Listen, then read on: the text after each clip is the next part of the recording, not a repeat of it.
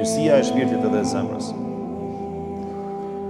A keni pa vëllezër dhe motra sa tekste të bukura ka në Kur'an edhe në hadithet e profetit alayhi salatu wassalam? A nuk na thot neve profeti alayhi salatu wassalam që pastërtia është pjesë e besimit? Pastërtia është pjesë e besimit.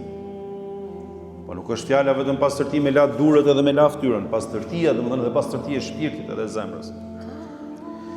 Po a nuk na tregon neve profeti alayhi salatu wassalam se një njeri, një individ, pa e përmend me emër fare, ishte duke kaluar me rrugë, aty shef një pengesë, e tha pasha Allah, unë tha kam për ta heq këtë pengesën, tha që mos pengohet asnjë prej njerëzve. E mori nga mirakull.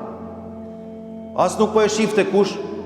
E ka pa vetëm Allahu, dhe Allahu ja ka tregu profetit alayhi salatu wasallam që kështu ka ndodhur një histori me dikën. E hoqi pengesën thjesht me i shërby njerëzve, pa dash me marr lavdrime.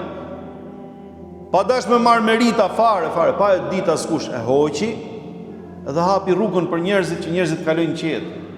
E falenderoi Allahu, tha, dhe e futi në xhenet vetëm për këtë vepër, subhanallah. Rrezatimi i mirësisë. A nuk e keni dëgjuar një tekst tjetër që thot profeti alayhi salatu wassalam, kishte qenë dikush që ishte biznesmen, ishte tregtar. Dhe i jepte njerëzve, dikush kishte lek me paguajt, dikush nuk kishte lek, dikush si kishte lek të plota, dhe ja jepte lekve, ja jepte njerëzve atë mallin, domethënë, dhe i shënonte emrat, dhe vitet dikush dhe thoshte për Zotin, thoshte ka ardh afati, thot me la borxhin, po nuk kam. Dhe ky i thoshte punëtorëve vetë, s'ka gjë, shtyjani dhe pak, s'ka problem. I falim edhe në njerëzit, i tolerojmë edhe nëse mbase na toleron Allahu xhaleshanu. Shi çfarë mirësie.